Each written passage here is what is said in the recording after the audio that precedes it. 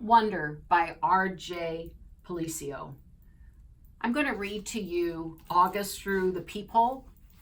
And what I'd like for you to do is to close your eyes and picture what Augie looks like as I read this description. August through the Peephole. His eyes are about an inch below where they should be on his face, almost to halfway down his cheek. They slant downward at an extreme angle, almost like diagonal slits that someone cut into his face, and the left one is noticeably lower than the right one. They bulge outward because his eye cavities are too shallow to accommodate them. The top eyelids are always halfway closed, like he's on the verge of sleeping. The lower eyelids sag so much they almost look like a piece of invisible string is pulling them downward. You can see the red part on the inside, like they're almost inside out. He doesn't have eyebrows or eyelashes. His nose is disproportionately big for his face and kind of fleshy. His head is pinched in on the sides where the ears should be, like someone used giant pliers and crushed the middle part of his face. He doesn't have cheekbones. There are deep crevices running down both sides of his nose to his mouth, which gives him a waxy appearance. Sometimes people assume he's been burned in a fire. His features look like they've been melted, like the drippings on the side of a candle. Several surgeries to correct his lip have left a few scars around his mouth, the most noticeable one being a jagged gash running from the middle of his upper lip to his nose. His upper teeth are small and splay out. He has a severe overbite and an extremely undersized jawbone. He has a very small chin. When he was very little, before a piece of his hip bone was surgically implanted into his lower jaw, he really had no chin at all. His tongue would just hang out of his mouth with nothing underneath to block it. Thankfully, it's better now. He can eat at least. When he was younger, he had a feeding tube.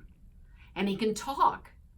And he's learned to keep his tongue inside his mouth, though that took him several years to master. He's also learned to control the drool that used to run down his neck. These are considered miracles. When he was a baby, the doctors didn't think he'd live. He can hear too. Most kids born with these types of birth defects have problems with their middle ears that prevent them from hearing. But so far, August can hear well enough through his tiny cauliflower-shaped ears. The doctors think that eventually he'll need to wear hearing aids, though. August hates the thought of this. He thinks the hearing aids will get noticed too much. I don't tell him that the hearing aids would be the least of his problems, of course, because I'm sure he knows this. Then again, I'm not really sure what August knows or doesn't know, what he understands and doesn't understand. Does August see how other people see him? Or has he gotten so good at pretending not to see that it doesn't bother him? Or does it bother him? When he looks in the mirror, does he see the Augie mom and dad see? Or does he see the Augie everyone else sees? Or is there another Augie he sees? Someone in his dreams behind the misshapen head and face? Sometimes when I look at Grans, I could see the pretty girl she used to be underneath the wrinkles. I could see the girl from...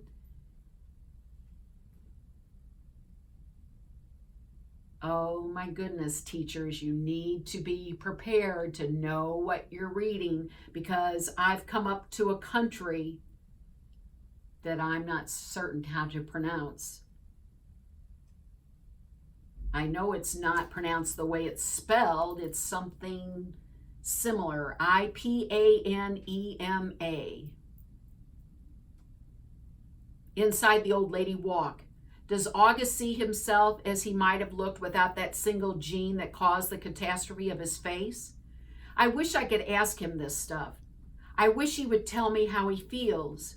He used to be easier to read before the surgeries. You knew that when his eyes squinted, he was happy.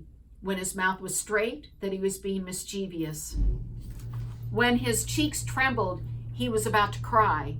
He looks better now, no doubt about that, but the signs we used to gauge his moods are all gone. There are new ones, of course. Mom and Dad can read every single one, but I'm having trouble keeping up. And there's a part of me that doesn't want to keep trying. Why can't he just say what he's feeling like everyone else? He doesn't have a trach tube in his mouth anymore that keeps him from talking. His jaw is not wired shut. He's 10 years old. He can use his words, but we circle around him like he's still the baby he used to be. We change plans, go to plan B, interrupt conversations, go back on promises depending on his moods, his whims, his needs. That was fine when he was little, but he needs to grow up now. We need to let him, help him, make him grow up. Here's what I think. We've all spent so much time trying to make August think he's normal that he actually thinks he's normal. And the problem is, he's not.